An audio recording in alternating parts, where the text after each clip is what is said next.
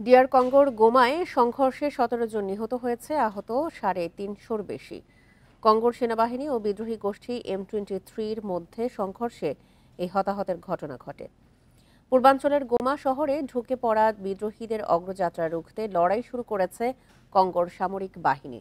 এতে শহরটি পুরোপুরি অবরুদ্ধ হয়ে গেছে। এর আগে গোমা পুরোপুরি নিয়ন্ত্রণে নেয়ার দাবি করে বিদ্রোহীরা। গোমার প্রায় ১০ লাখ মানুষ ছাড়াও লড়াইয়ের কারণে শহরের আশেপাশে আরও অনেক মানুষ বাস্তুচ্যুত হয়েছে।